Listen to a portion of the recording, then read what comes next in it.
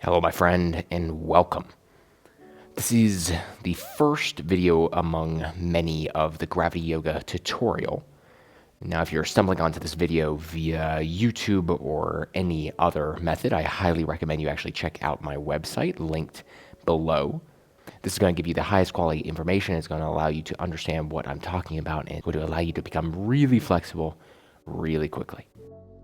So this particular video is perhaps the simplest among all the rest, and the pose that we'll be doing is called block bridge. In order to perform block bridge, you're going to need either a yoga block, which some people have on hand, as you see here in the video, or you can use just a stack of books or textbooks or anything sturdy that can be placed underneath your pelvis, as you see here. Now what you're going to do is you're just going to splay your body over it. Nice and easy. Allow yourself to lay flat against the ground. Now, if you were to remove the blocks or remove the books themselves from underneath you, this would look exactly like Shavasana pose, and you should treat it as such, which means allowing your body to go limp in every possible dimension, angle, muscle you can muster. Now, you'll learn all of the different hacks going forward. I'm going to stack these practices one on top of the other as we go along. So for this particular one, we're just going to run a quick body scan, trying to relax as much as possible. I mentioned in the actual tutorial text itself, again found either above or on my website, that the first rule of Gravity Yoga, and that which trumps every single other rule, is called free fall.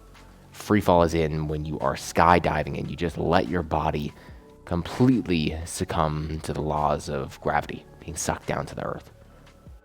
In this particular pose, you can simply close the eyes and allow that dropping to occur.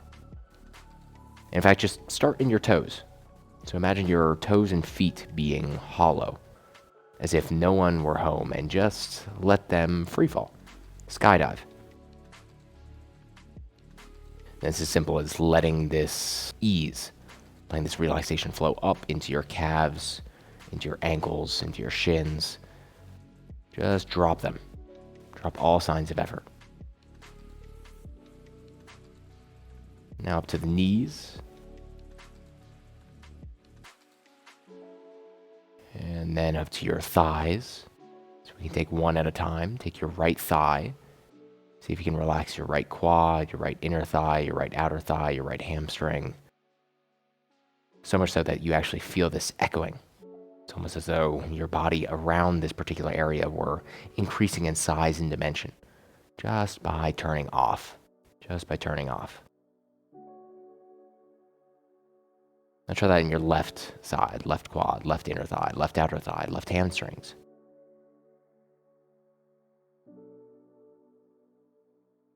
Beautiful. Now merging up into the pelvis. Feel where your hip sockets are. Your legs joining the upper half of your body. And release your pelvic floor. Your anal muscles. All the hip flexors, the glutes.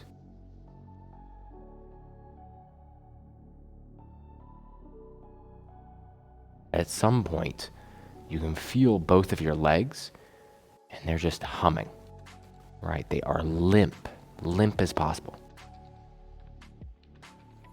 This is your priority in Gravity Yoga, nothing else. How can I let go of my body more and more and more and more? And especially around where the block makes contact with your pelvis right now. Like if you actually drop, like if you actually skydive or free fall into it, you'll feel the sensations. It's like an arrow being pointed through the top of the block, through the front side of your pelvis, and you just mold your body around it.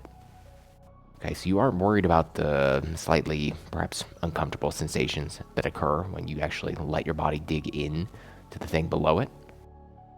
Instead, what you're concentrated on is releasing the front part of the body, specifically around the hip flexor area. Okay, and then watch how that just naturally starts to run up into your abs, your low back, your organs even. All of these things become wider, less effort. And you could try this in your chest, and in your mid back, your upper back. It's like, what if you were just spreading open? What if you just did less as opposed to more? And now just jump down to your hands. Feel every single finger, right and left, individually. And same as the toes, allow them to go hollow. Again, like no one's home. Okay, it just drops. You just free fall. Beautiful. Now relax your wrists, your forearms, your elbows. It's like there's just less tension that exists here. That tension was creating energy blockages. Now as you release, you can feel your arms lightening up. You can feel the field around them starting to grow a little bit. Now rise all the way up towards the shoulders, the neck, the jaw, the tongue, the sinuses, the cheeks. You're simply dropping everything. You're dropping everything and just feeling what there is to be felt on the other side. Good. Let go of your head, your scalp, the inside of your skull. Beautiful. Now you can feel your entire body in somewhat of a limp position, limp noodle, if you will. And this is great. This is exactly what we want in our free fall position. But of course, there's so much more to it. And in fact, if you were to really examine yourself and be honest with your own experience, you would notice that, hey, indeed, there's more tension there. Hate to say it. But if it were easy as just one simple body scan to release all the tension, then you and I would not be as stressed as we are, right? So we're just going to use the rest of our time together, the rest of this tutorial, basically layering on newer and newer techniques in order to drop further, in order to maximize this free fall capacity. Because when we free fall, when we truly drop our body, then the stretch can come in. And when the stretch comes in, we become flexible for good, and then we can move easier and we can feel better, which is the purpose of this whole dang thing. Okay, go ahead to the next page where you'll learn about hang time, our next rule, and then you'll be able to practice alongside me for the next video. See you soon.